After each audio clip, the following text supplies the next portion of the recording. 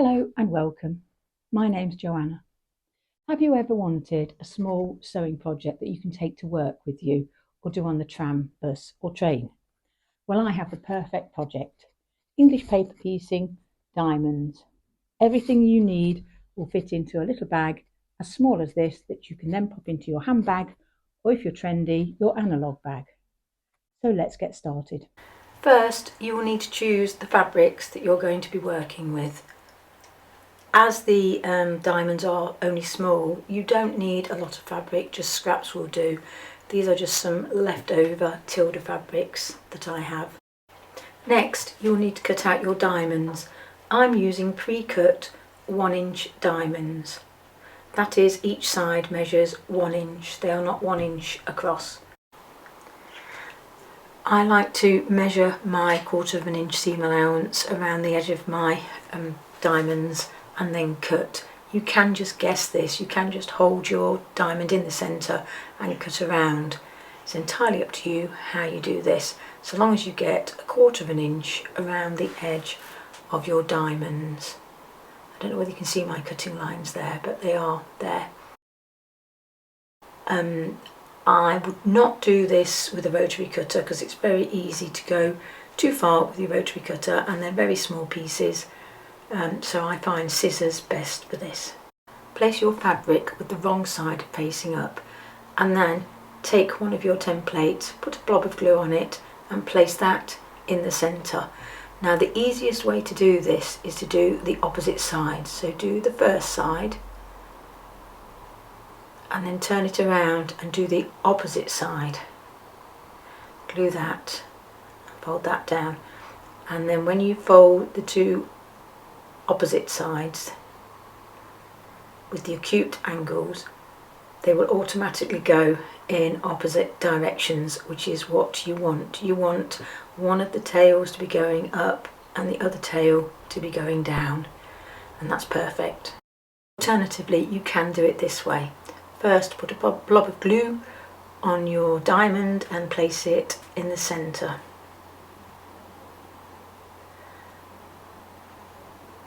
Then glue down one of the sides, fold that over and then turn it clockwise. Then glue the other side, fold that over and turn it clockwise again. Then glue the next side and fold it over. Don't pull it too tight, and then turn one more time, glue and fold it over, and again you should get one of your tails going up and the other tail going down. Choose which method you like and then carry on doing the other 5 diamonds. And next is the old-fashioned way to tack your tack your fabric around your paper or cardboard template. Now you can either pin this in place, which I find a little bit difficult because the pin seems to get in the way, especially with small diamonds, or the other alternative is to, if you have one, use your glue pen, your glue stick, and just put a cross of glue on the back of your template and stick it onto the wrong side of your fabric. Fold all of the sides down. This just helps later on when you're sewing them down. Fold all 4 sides down and finger press. Now get yourself some thread, needle and thread, and put a knot in the end of it, and then start by folding down one of the corners, in fact one of the obtuse corners, not the acute ones. So start in the corner and do a couple of stitches, making sure that you go through all 3 pieces of fabric to hold it nice and secure. Then I like to do a single stitch just going through the fabric to bring me up to the next corner, to one of the acute corners, and I'm going to fold this and hold it in place. Sometimes it's easier to fold the tail over while you stitch. Anyway, stitch you see what I mean? It's a little bit tricky there. If you hold that corner down, it does make it a little bit easier. So hold the corner down and sew through all 3 layers of fabric to hold them in place.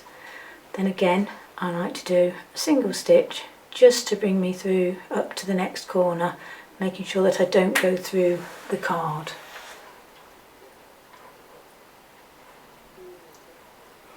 And then we're on to the next obtuse angle. So fold that over and put a couple of stitches in that corner, again going through all 3 pieces of the fabric so that it stays in position. And then my single stitch along the side, which you don't have to do if you don't want to, you can go straight to the corner, and then fold the next acute angle and sew that in place. So a couple of little stitches in this corner to keep that in place, and then you can finish off by knotting your thread. And then you just need to do a little securing knot by doing a stitch and then threading your needle through the loop and pulling tight. And that's your diamond finished. Go ahead and do all 6 diamonds in exactly the same way, and when you've finished they should all fit together nicely, just like so. And if you look on the back, you can see that all the tails are pointing in the same direction and they will all fit together nicely. If you had one tail going to the left and the next going to the right, they just wouldn't fit together nicely. But if you do them in the right order like this, all the tails going in the right direction, and then they will fit together nicely. Now you can sort them out into the order that you would like. So I'm going 1 plain and 1 patterned, or in that case, the ones I'm doing now, I've got 1 stripy and 1 floral print. So now take the first 2 of your diamonds to be joined together and place them together with right side spacing, and then I usually clip these together. So using a clip together. It's a good idea actually if the tails are getting in the way to just hold them back. Then take your needle and thread and take a little nip from each side of the fabric, and then when you take your first stitch, take a little bit of each fabric, pull it through, and then thread your needle back through the loop to lock your stitches in place. And then just carry on sewing all the way to the end by just taking a little bit of fabric from each side and then pulling through like a whip stitch. So a tiny little piece of each fabric and pull through, and keep going all the way to the end.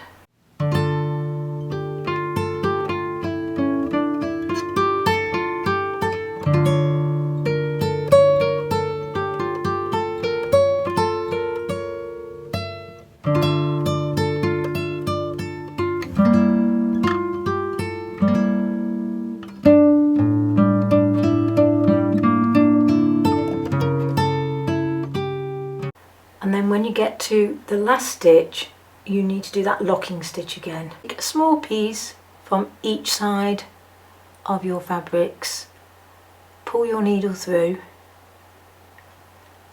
and then take your needle and thread it through the loop to make that locking stitch.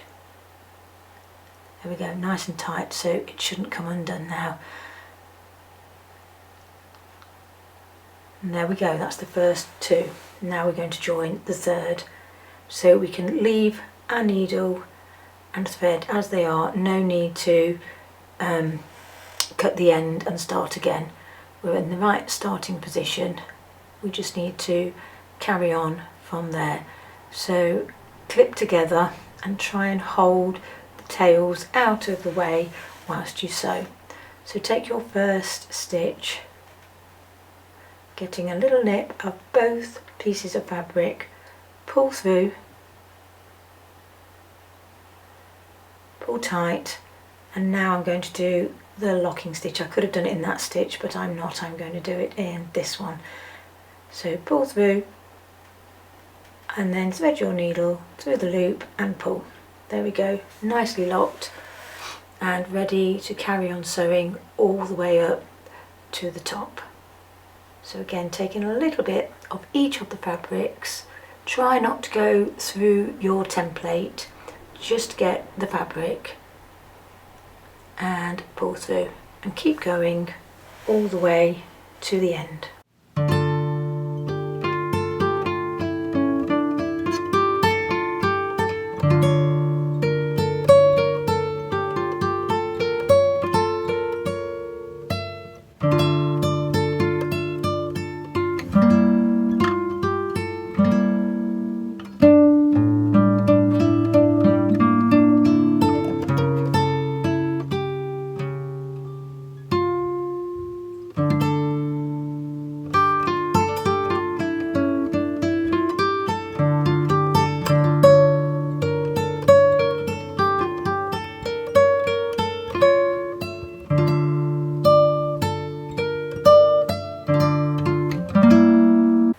When you get to the end of the row this time, do your locking stitch, but then also do a double knot at the end and bury your thread in one of the seams, try not to get too tangled, and then cut the thread, and that's one half done.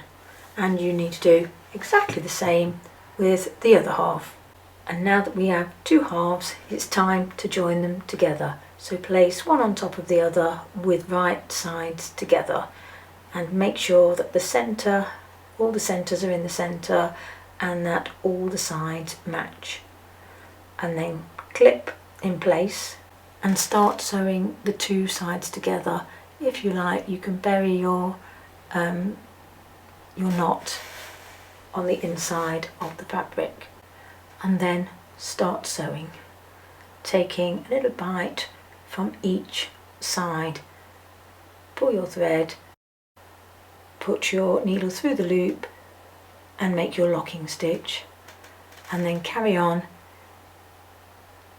taking small stitches close to each other, taking a little bit from each side of the fabric and making sure that you don't sew into the template, else it'd be really hard to remove them later.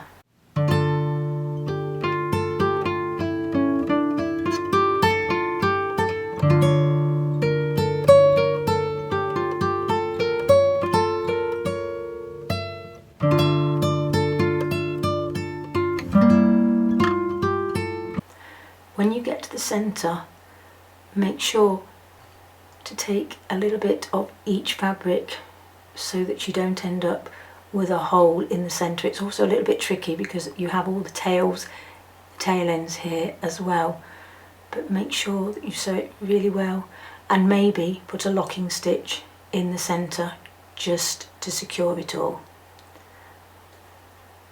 and then carry on sewing till you get to the end.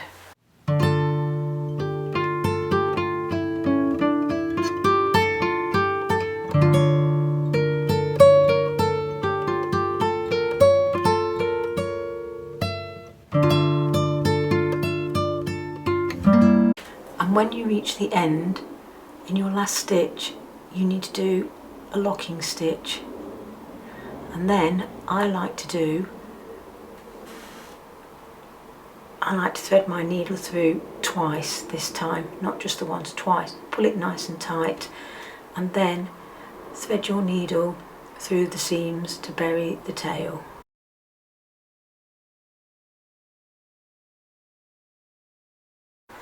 And then cut the end.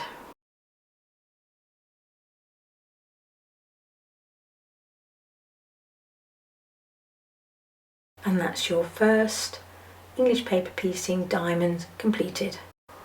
just check that all of your tails are pointing in the right direction. They should be going round in either a clockwise or anti-clockwise direction.